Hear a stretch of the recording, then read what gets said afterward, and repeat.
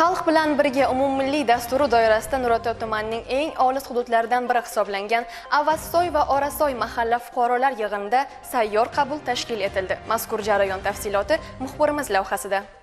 Aholi bilan ochiq muloqot qilish, ularni qiynayotgan muammolarni joyida o'rganish va amaliy yechim topish maqsadida o'tkazilgan mazkur tadbirda 200 nafardan ortiq fuqaro ishtirok etdi. Sayyor qabulda viloyat hamda tuman darajasidagi mutasaddi tashkilotlar rahbarlari hamda siyosiy partiya vakillari ishtirok etib, aholining murojaatlarini tingladi. Tadbirda har bir murojaat atroflicha ko'rib chiqildi. Jarayonda fuqarolar tomonidan turli yo'nalishlarda 40 ga yaqin murojaat kelib tushdi. Ularning 33 tasi joyida ijobiy hal qilinib, murojaat egalariga aniq huquqiy va amaliy yechimlar taqdim etildi. Qolgan murojaatlar esa qo'shimcha o'rganish talab etgani bois ijrosini ta'minlash uchun mas'ul tashkilotlar nazoratiga olindi. Murojaatlarning asosiy qismi aholini suyultirilgan gaz bilan uzluksiz ta'minlash, kadastr hujjatlarini rasmiylashtirish, tibbiy xizmatlar sifatini yaxshilash, aholi bandligini ta'minlash, shuningdek, qishloq xo'jaligi yerlarini sug'orish va suv ta'minotini yaxshilash kabi dolzarb masalalarga oid bo'ldi.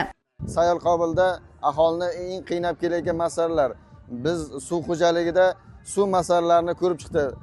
Arasoy qishlog'ida irrigatsiya tarmoqlari mavjud emas. Ularda yer ostidan tik quduqlardan suv sug'orilishi va aholi tomorqalarini suv bilan ta'minlanishda belgilab qo'yilgan. Aholidan taklifi chiqdi. Arasoy soyida damma qurish, ya'ni sel suv omborini qurish taklifini ko'tardi.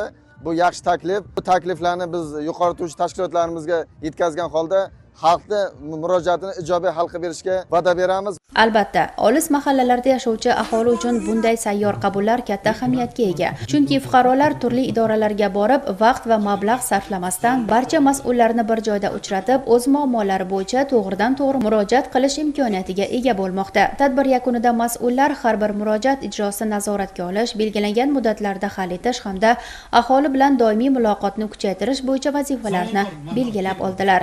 Mahallamiz tog' oralig'ida joylashgan. Ko'p masalalar qatorida asosan suv masalasi qo'yilib, 5-6 yildan buyon qurg'oqchilik kelib, bog'zorlar qurib ketayotgani aytildi. Shu uchun ham damba qurilishi masalasi ko'rildi. Masala hal bo'ladigan bo'ldi. Hozirgi zamonaviy maktab qilish to'g'risidagi masalalar aytildi. Bu masalalar hammasi ko'rildi. Ayniqsa bugun xursandchilik bo'ldi shuna. Bugun gaz bolan keldi, tarqatildi.